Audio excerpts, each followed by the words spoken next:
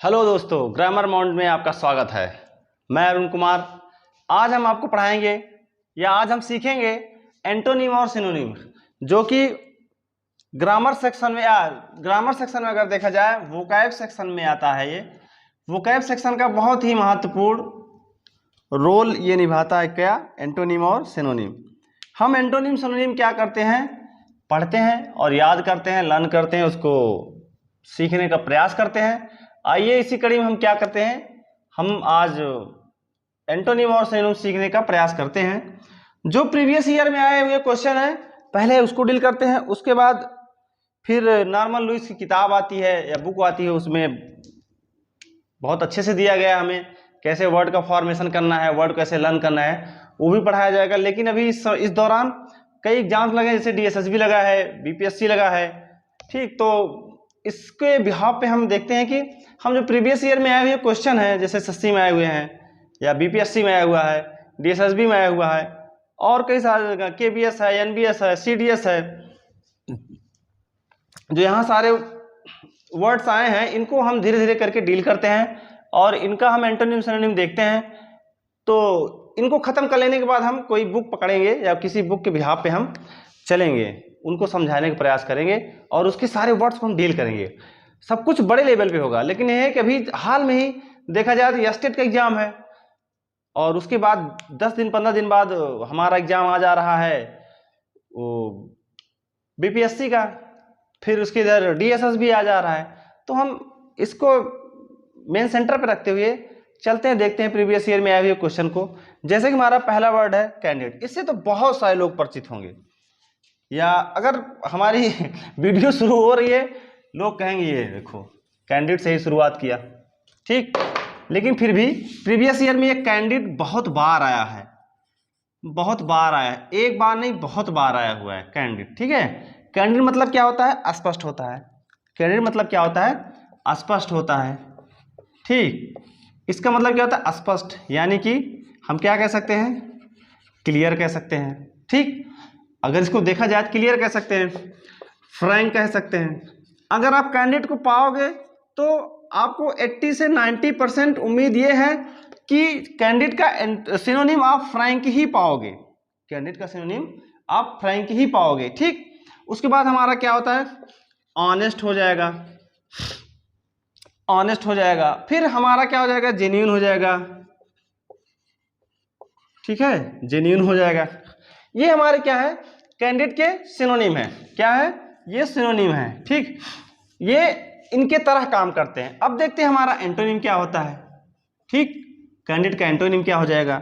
Antonym देखिए होता क्या है कि BPSC TI3 या BPSC जब एग्जाम लिया है, BPSC करता क्या है, आप लोग भली भांति परिचित हैं, TRE first, second and third, चाहे जब हुई हो, antonym synonym, one word, homophone, चाहे जिसमें उसने active passive direct indirect narration में तो नहीं या और चीज़ों में नहीं, लेकिन उसमें मतलब जिस सेक्शन में उसको लग सकता है कि एक से ज़्यादा ऑप्शन हम सही करवा सकते हैं, उसने बनाने का प्रयास किया, आयोग ने बनाने का प्रयास किया और आपको खूब चकमा देने का प्रयास किया है।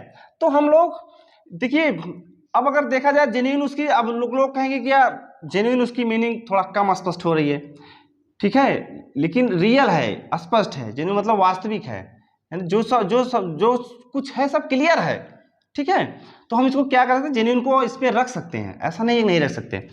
तो BPSC करता क्या है कि कभी कभी मान लो फ्रैंक रख दिया, जेन्युइन रख दिया। ठीक, अगर जेन्युइन रख दिया तो हम लोग जेन्युइन को कुछ और जानते हैं, वास्तविक होता है जेन्युइन मतलब। लेकिन अगर वो दोनों को क्या करेगा? मैच करा देगा, तो मोर देन वन हमारा ऑप्शन सही हो जाएगा, मोर देन वन। तो उसी का हम देखते हुए, BPSC को देखते हुए हम कई सारी मीनिंग्स, आपको कई सारे वर्ड बताने का प्रयास कर रहे हैं। तो अब इसके एंटोनिम में चलते हैं हम। एंटोनिम इसका क्या हो जाएगा? हमारा ड्यूबियस हो जाएगा। क्या हो जाएगा? ड्यूबियस मतलब क्या होता है? संदेह। जहाँ स्पष्ट चीजें हैं वहां में क्या हो गया? संदेह हो गया। ड्यूबियस मतलब संदेह होता है। ठीक, ड्यूबियस मतलब संदेह होता है। अब कनिंग मतलब क्या होता है? कनिंग मतलब धूर्त या मक्कार, धूर्त या मक्कार होता है। ये भी क्या होता है? इसका क्या होता है? उल्टा होता है। आर्टफुल होता है, आर्टफुल। अब लोग आर्टफुल सुनेंगे कहेंगे कला से भरपूर, नहीं, आर्टफुल मतलब मक्कार, धूर्त, चालाक, मतलब चालाक, बहुत चालाक, मतलब ये नहीं कि पॉजिटिव वाला, निगेटिव वाला चालाक, जो आपको हमेशा ऐसे देखते रहे, मतलब मामला अपना सेट करता रहे अंदर अंदर, ठीक है।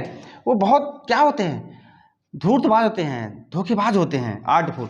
ब्लंट हो जाएगा, ब्लंट मतलब क्या होता है, जिसकी कोई बुद्धि ना हो, ठीक। बायस्ड हो जाएगा, ठीक, बायस्ड हो जाएगा।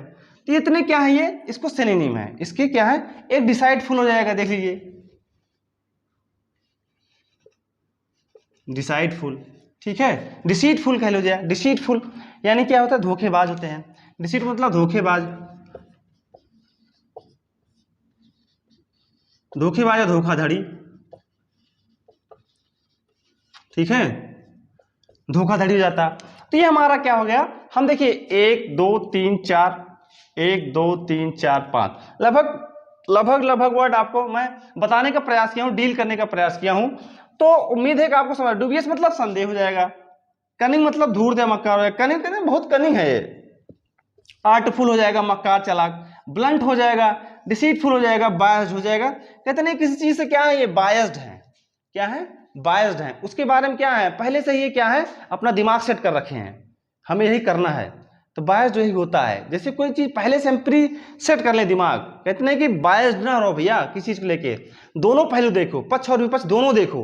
अगर हम बायस्ड हैं, या तो पक्ष को देखेंगे तो विपक्ष को देखेंगे, तो ये नहीं होना चाहिए। डिसीटफुल है, धोखेबाज है, तो जाहिर सी बात हम धोखा देंगे। ब्लंट है, मतलब ब्लंट मतलब भोथरा कहा जाता है, जैसे कि जिसके पास बहुत बुद्धि कम हो, लेकिन फिर भी वो क्या होते हैं, थोड़ा धूर्त तो होते ही हैं। आर्टफुल, ये बड़ी तगड़ी मीनिंग है इसकी, अगर कैंडिड है, एंटोनिम आर्टफुल आपको मिल सकता है, ठीक है, मक्कार धूर्त, एंटोनिम में कनिंग भी मिल सकता है आपको। ये दोनों इसकी क्या है, बहुत मतलब कि पूछे जाने वाली बहुत प्री मीनिंग है, आयोग की बहुत प्री मीनिंग है। अगर कैंडिड आया है, अगर इसका सिनोनिम पूछ रहा है तो फ्रैंक पूछता है, नहीं तो कनिंग पूछता है, ठीक है। अगर एंटोनिम में कनिंग आ जाएगा, आर्टफुल आ जाएगा। अब देखिए बीपीएससी करेगा क्या, क्रैंक आपको कैंडिडेट दे देगा, उसके बाद कहेगा क्या, भाई इसका एंटोनिम बताओ, आपको कनिंग दे देगा, आर्टफुल दे देगा। अगर आर्टफुल के बारे में आपको नहीं पता है, यही होगा कि आर्टफुल क्या होते हैं, लोग कला से भरपूर होते हैं, क्या होते हैं हमारे, आर्टफुल होते हैं, तो आप वहां धोखा खा जाओगे। आर्टफुल मतलब मक्कार, चालाक या धूर्त होता है, ठीक है। तो हम आगे बढ़ते हैं नेक्स्ट वर्ड की तरफ। उम्मीद है कितना आपको समझ में आया होगा।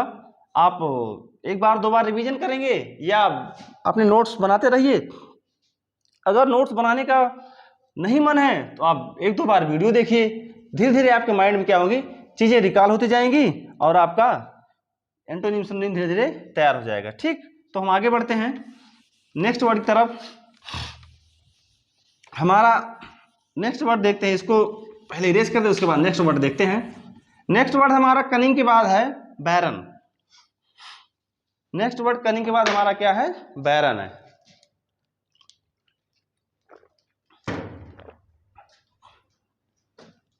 चलिए,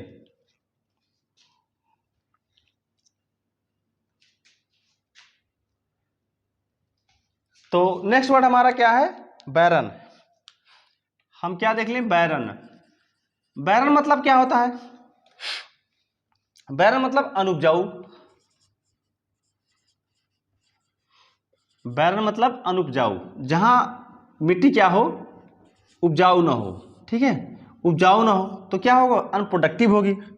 क्या होगी वो, अनप्रोडक्टिव होगी। अगर उपजाऊ नहीं क्या होगी, अनप्रोडक्टिव होगी, ठीक। UNPRODUCTIV अनप्रोडक्टिव होगी, ठीक।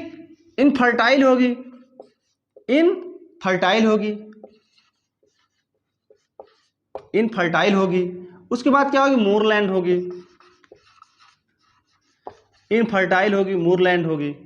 अब अनप्रोडक्टिव, प्रोडक्टिव मतलब क्या होता है, जहां पर मुझे कोई प्रोडक्ट मिलता है, जहां कोई उपजाऊ चीज मिलती है उसे अनप्रोडक्टिव मतलब प्रोडक्टिव बोलते हैं। अगर मुझे उपजाऊ चीज नहीं मिल रही है तो कहते हैं भैया जमीन अनप्रोडक्टिव है, बैरन है, अनुपजाऊ है। और देसी भाषा में कहें बैरन मतलब एक शब्द लोग बांझ से भी लेते हैं, लेकिन ये बांझ मतलब होता क्या, जो महिलाएं होती हैं जिनको बेबी नहीं होता उनको बांझ बोलते हैं, लेकिन यहाँ हम वो सेंस ना लेकर, भाई वो सेंस निकाला जा सकता है, बैरन है, लेकिन यहाँ पर क्या है, अनुपजाऊ के सेंस में ज़्यादा फिट बैठता है, ठीक है, मोरलैंड हो गया। अब इसके एंटोनिम में आते हैं। एंटोनिम में क्या हो जाएगा हमारा, प्रोडक्टिव हो जाएगा। भाई इसका अनप्रोडक्टिव है तो यहाँ प्रोडक्टिव लिख सकते हैं, क्या लिख दें, प्रोडक्टिव हो जाएगा। ठीक, प्रोडक्टिव बाद फर्टाइल हो जाएगा। अनफर्टाइल है, इनफर्टाइल है तो क्या हो जाएगा, फर्टाइल हो जाएगा। हमारा क्या हो जाएगा, फर्टाइल हो जाएगा। प्रोडक्टिव हो जाएगा, फर्टाइल हो जाएगा। और भाई देखिए फ्रूटफुल, ये फ्रूटलेस है, कोई फल नहीं दे रही है, यानी कि यहाँ पर कोई उपज नहीं हो रही है, तो क्या हो गया, फ्रूटलेस है, ये फ्रूटफुल हो गया। ठीक, तो ये हमारा क्या है, इसका सिनोनिम है, ये हमारा एंटोनिम है। हम कोशिश ये कर रहे हैं कि सिनोनिम और एंटोनिम दोनों डील करते चलें, दोनों आपको याद रहेगा, तो क्या करेंगे हम लोग, उसको एलिमिनेट कर सकते हैं। ठीक है, अगर हमें इस चीज़ याद, प्रोडक्टिव मतलब उपजाऊ हो गया, फर्टाइल मतलब भी उपजाऊ हो गया, फ्रूटफुल मतलब जहाँ पर हमें कोई मतलब लाभ मिले, जहाँ पर कोई चीज़ हमें उपज मिले, तो क्या होगा, हमारे लिए फ्रूटफुल होता है। मोरलैंड मतलब दलदल भूमि होती है। कौन सी, दलदल भूमि। अब जानते हो दलदल भूमि में हम क्या उपजा सकते हैं, कुछ नहीं उपजा सकते।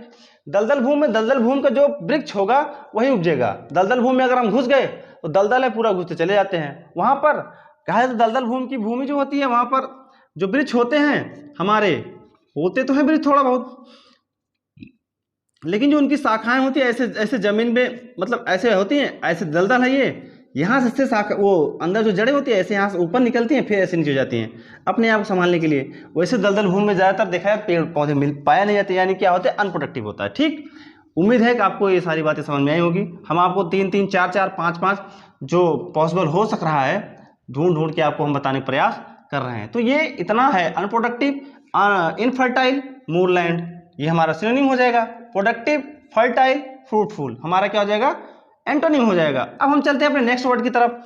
नेक्स्ट वर्ड हमारा देखते हैं क्या होगा। नेक्स्ट वर्ड हमारा है इंसोलेंट। नेक्स्ट वर्ड हमारा क्या है, इंसोलेंट। ये जो सारे वर्ड हैं, ये सारे वर्ड एसएससी एग्जाम में देखा जाए, ठीक है, KBS, NBS, TGT, PGT, BPSC, ये सारे वर्ड कहीं ना कहीं पूछे गए हैं, कहीं ना कहीं पूछे गए हैं। और देखा जाए एसएससी, तो एसएससी क्या है, मतलब हर साल वो पर ईयर क्या करती है, अपना एग्जाम करवाती है। मान लो केबीएस, एनबीएस, टीजीटी, पीजीटी, ये क्या है, पंचवर्षीय योजना। पंचवर्षीय योजना लगभग 4 साल, 2 साल, 3 साल, 4 साल, 2 साल, 3 साल, 5 साल बाद आती हैं। तो इनमें इसके वर्ड जो है अभी कम है, लेकिन एसएससी के जो है इसके पास वर्ड बहुत हैं। अगर हम किसी भी एग्जाम को पास कर ले जो इसके वर्ड पावर पूछे जा चुके हैं लगभग, अगर इसको हम डील कर लेते हैं, तो कहीं से भी हम KBS, NBS, TGT, PGT, BPSC कहीं भी हम क्रॉस कर सकते हैं, यानी हम एग्जाम क्वालिफाई कर सकते हैं। तो हम इसमें ये सारे वर्ड, मतलब जो वर्ड मैं सिखाने का प्रयास कर रहा हूँ कहीं ना कहीं आया हुआ है, हम सब कुछ डील करेंगे, प्रीवियस ईयर का सारा सब कुछ डील करेंगे। ठीक है, हम चलते हैं नेक्स्ट वर्ड की तरफ में। नेक्स्ट वर्ड हमारा है, नेक्स्ट वर्ड होगा इंसोलेंट। नेक्स्ट वर्ड है इंसोलेंट। इंसोलेंट मतलब क्या होता है, असभ्य होता है। इंसोलेंट मतलब असभ्य, जिसके पास सभ्यता ना हो। ठीक, इंसोलेंट मतलब असभ्य, बर्बर होता है। अब देखिए इंसोलेंट, देखिए क्या बहुत मीनिंग है इंसोलेंट की। रूड हो गया, ठीक है, रूड हो गया, बोल्ड हो गया, रूड हो गया, बोल्ड हो गया, डिसरिस्पेक्टफुल हो जाएगा, डिसरिस्पेक्टफुल हो जाएगा, रूड है, बोल्ड है, डिसरिस्पेक्टफुल है, इम्प्रूडेंट है, इम्प्रूडेंट है। इम्प्रूडेंट मतलब अविवेक, जिसके पास विवेक ना हो, यानी असभ्य हो, क्या हो जाएंगे, वो बर्बर हो जाएंगे। ठीक हो जाए। पेटुलेंट है, पेटुलेंट भी इसे बोलते हैं, पेटुलेंट भी बोलते हैं इसे। असभ्य, जिसके पास क्या है, कोई बर्बर चीज, अनसिविलाइज्ड बोलते हैं, अनसिविलाइज्ड भी इसे लिख सकते हैं। अनसिविलाइज्ड, सिविलाइज्ड मतलब सभ्य, अनसिविलाइज्ड मतलब क्या होता है, असभ्य होता है। और इसकी एक मीनिंग देख लें, इम्पोलाइट देख लें, इम्पोलाइट भी होता है। पोलाइट मतलब सभ्य, इम्पोलाइट मतलब असभ्य, रूड मतलब असभ्य, बोल्ड मतलब असभ्य, डिसरिस्पेक्टफुल मतलब जहां रिस्पेक्ट ना हो, यानी जहां रिस्पेक्ट ना हो तो वहां पर बेवकूफ लोग ही बात करेंगे आपस में। जहां रिस्पेक्ट नहीं है, जहां लोग रिस्पेक्ट नहीं हो, बेवकूफ लोग ही आपस में बात करेंगे, तो डिसरिस्पेक्ट हो गया। इम्प्रूडेंट मतलब इसका मतलब अविवेक होता है, अविवेक। ठीक, पेटुलेंट मतलब भी असभ्य होता है। अनसिविलाइज मतलब जो सिविलाइज ना हो, सभ्यता को ना फॉलो करते हो, क्या हो जाएगी वो हमारा अनसिविलाइज। अब इसको एंटोनिम में देते हैं, पोलाइट हो जाएगा। अगर एंटोनिम देख लिया जाए तो इम्पोलाइट का क्या हो जाएगा, पोलाइट हो जाएगा। अच्छा, इससे एक बात ये भी चल रही, पता चली, मान लो कोई पोलाइट आ गया आपके वर्ड में तो हम इम्पोलाइट लिख देंगे, अगर पोलाइट आया तो इम्पोलाइट, इम्पोलाइट आया तो पोलाइट लिख देंगे, ये भी तो हमें पता चल जा रहा है। ठीक है, उसके बाद डिसरिस्पेक्ट का रिस्पेक्टफुल हो जाएगा, डिसरिस्पेक्ट का रिस्पेक्टफुल, इम्प्रूडेंट का प्रूडेंट हो जाएगा। प्रूडेंट मतलब विवेक, जो पढ़ा लिखा हो, जैसे आप लोग पढ़ रहे हो तो जाहिर सी बात है किसी से असभ्यता से बात नहीं करोगे। पेटुलेंट, अनसिविलाइज का सिविलाइज हो जाएगा, अनसिविलाइज का क्या हो जाएगा, सिविलाइज हो जाएगा। अब देखिए कुछ और देख लेते हैं, हम्बल हो जाएगा। ठीक है, क्या हो जाएगा, हम्बल हो जाएगा। कोर्टियस हो जाएगा, कोर्टियस क्या हो जाएगा, हम्बल हो जाएगा, कोर्टियस हो जाएगा। ठीक है, एक वर्ड में नहीं, सबमिसिव हो जाएगा, सबमिसिव, सबमिसिव भी हो जाता है। इसका मतलब क्या होता है, परिष्कृत, शुद्ध, या मतलब कि अच्छा व्यवहार वाला, ईमानदार, क्या होता है, सबमिसिव। ठीक है, पोलाइट मतलब क्या होता है, नम्र होता है। हम्बल मतलब विनम्र होता है। रिस्पेक्टफुल मतलब होता है कि जहां पर सम्मानजनक हो गए। प्रूडेंट मतलब होता है जिसके पास विवेक हो। सिविलाइज मतलब होता है सभ्य होता है। कोर्टियस मतलब क्या होता है, बहुत ही, क्या, कोर्टियस मतलब बहुत ही सभ्य है। ठीक है, बहुत ही सभ्य कोर्टियस हो जाता है। अब हम चलते हैं अगले नेक्स्ट वर्ड की तरफ अपने। उम्मीद है कि आपको समझ में आया होगा। इंसोलेंट मतलब अगर हम देखें इसमें कौन सी मीनिंग ज्यादा पूछी जा सकती है। इंसोलेंट का हमें रूट मिलती है, ठीक है, और सिनोनिम में इम्प्रूडेंट मिलता है, अनसिविलाइज मिल सकता है। ठीक, अगर एंटोनिम की बात आई तो ये डिसरिस्पेक्ट या रिस्पेक्ट नहीं मिलेगा, ना सबमिसिव मिलेगा आपको, ये पोलाइट मिल सकता है, आपको सिविलाइज मिल सकता है, सबसे बेस्ट कोर्टियस मिल सकता है आपको। अगर इसके एंटोनिम पूछा जाए तो सबसे बेस्ट कोर्टियस मिल सकता है। ठीक है, तो इसका क्या मिल जाएगा, कोर्टियस मिल जाएगा। तो आइए हम नेक्स्ट वर्ड की तरफ बढ़ते हैं। हमारा इसको हम इरेज करें। ठीक, तो ये है submissive, polite, prudent, uncivilised, civilised, disrespectful, respectful, intolerant, petulant. ये क्या हो जाएगा हमारा, सब इंसोलेंट के एंटोनिम और सिनोनिम हो जाएंगे। अब हम देखते हैं ट्रांसपेरेंट। ये बहुत बार पूछी गई है, बहुत बार ही पूछा गया। ट्रांसपेरेंट, ट्रांसपेरेंट, PARENT, ट्रांसपेरेंट मतलब पारदर्शी। कहते नहीं भैया, कहा नहीं जाता, ट्रांसपेरेंट बोतल ला सकते हो। जब एग्जाम्स में बहुत धांधलीबाजी केसेस आ रही थी तो देखिए नीट वगैरह में बच्चियों के कान की रिंग, ये आपको धागा पता लगे, मतलब बेल्ट बच्चों के लिए, और अगर बच्चा कोई कड़ा पहना है, कंगन पहना है, जैसे बंद, तो सब निकलवा दिए जाते हैं। ठीक है, तो पता लगे बच्ची बाल में चिमटी लगा गई है, वो भी निकलवा दे रहे हैं, पायल तक निकलवा दे रहे हैं। तो वही सब है। सब कहते हैं अगर पानी की बोतल ले जा रहा तो ट्रांसपेरेंट होनी चाहिए। कहते नहीं, पानी की बोतल ट्रांसपेरेंट चल जाएगी, लेकिन भाई जब धांधलेबाजी रोक ही नहीं पा रहे हो तो क्या मतलब है ये सब करवाने का।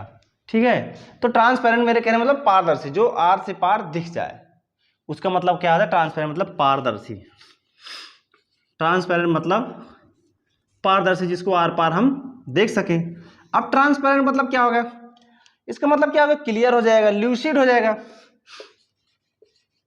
ल्यूसिड मतलब क्या होता है, क्लियर होता है। ल्यूसिड मतलब एक सेंस में अगर इसका देखा जाए तो आसान भी होता है। ल्यूसिड मतलब बहुत आसान होता है। ल्यूसिड, क्लियर, क्लियर भी हो जाएगा। अगर क्लियर है तो जाहिर सी बात भाई आगे पीछे सब कुछ दिखाई पड़ेगा। क्रिस्टल हो जाएगा। कहते नहीं क्रिस्टल की तरह क्या है, साफ है, एकदम क्लियर है, स्पष्ट है। ठीक है, ट्रांसकुलेंट हो जाएगा। ट्रांसकुलेंट, ट्रांसकुलेंट नहीं, सॉरी, ट्रांसकुलेंट तो नहीं होना चाहिए, ट्रांसलूसेंट होता है। ट्रांस, TRANS, ट्रांसलूसेंट होता है, ट्रांसलूसेंट होता है। ट्रांसलूसेंट मतलब क्या होता है, पारदर्शी होता है। अब इसके एंटोनिम में हम चलते हैं। अब भाई कोई चीज पारदर्शी है तो क्या होगी, अपारदर्शी होगी। क्या होगी, अपारदर्शी, जिसको हम आर पार ना देख पाए। इसकी क्या होगी, ओपेक होती है, ओपेक, ठीक है, क्या होती है, ओपेक होती। क्या हो जाएगी पहली मीनिंग, ओपेक हो जाएगी। ओपेक मतलब अपारदर्शी। अब ल्यूसिड है, क्लियर है, क्रिस्टल है, तो क्या हो जाएगा, इसका वेग हो जाएगा। क्या हो जाएगा, वेग, VAGUE, वेग मतलब अस्पष्ट होता है, धुंधला होता है। क्या होता है, धुंधला होता है। फॉगी हो जाएगा, फॉगी हो जाएगा, फॉगी मतलब अस्पष्ट, फॉगी मतलब अस्पष्ट, धुंधला, क्लियर ना हो जो, ठीक है। क्लाउडी हो जाएगा, क्लाउडी मतलब जिसको धुंधला बादल नहीं होता क्लाउडी, वो क्लाउडी हो जाएगा। मिस्टी हो जाएगा, मिस्टी हो जाएगा। फॉगी, क्लाउडी, मिस्टी, वेग, ओपेक, नेबुलस, मर्की, मर्की हो जाएगा, नेबुलस हो जाता है, डल हो जाता है, ठीक। बहुत सारे इसकी मीनिंग होती हैं। तो हमारा क्या हो जाएगा, अब पारदर्शी क्या हो जाएगा, अपारदर्शी। इसकी ये मीनिंग आपको बहुत मिलेगी और ये मिलेगी, ये भी मिलेगी, ये सब थोड़ा कम मिलती है, लेकिन ये तीनों मीनिंग आपको एंटोनिम में ज़्यादातर मिलती है। इनको आप फोकस करके रखिएगा, ठीक है। ल्यूसिड ट्रांसपेरेंट मतलब पारदर्शी, lucid clear, crystal, transparent, opaque, vague, foggy, cloudy, misty, murky, dull, ठीक। उम्मीद है आपको सारी बात समझ में आई होगी। तो आज हम इतने वर्ड डील करते हैं और नेक्स्ट वर्ड में, सॉरी नेक्स्ट वीडियो में हम देखेंगे और सारे वर्डों को। कोशिश ये रहेगी कि जितने सारे वर्ड हैं जल्द जल्द डील कर दें, क्योंकि आने वाले समय में BPSC और DSSB का एग्जाम लगा है। मेरे प्यारे भाइयों, हम सोच रहे हैं कि ज़्यादा से ज़्यादा डील करने का प्रयास करेंगे। आज के लिए इतना ही, और हम बस आपसे यही गुजारिश करते हैं, आप चैनल पर बने रहिए और अपना प्यार और सपोर्ट देते रहिए। Thanks my dear, thank you to all.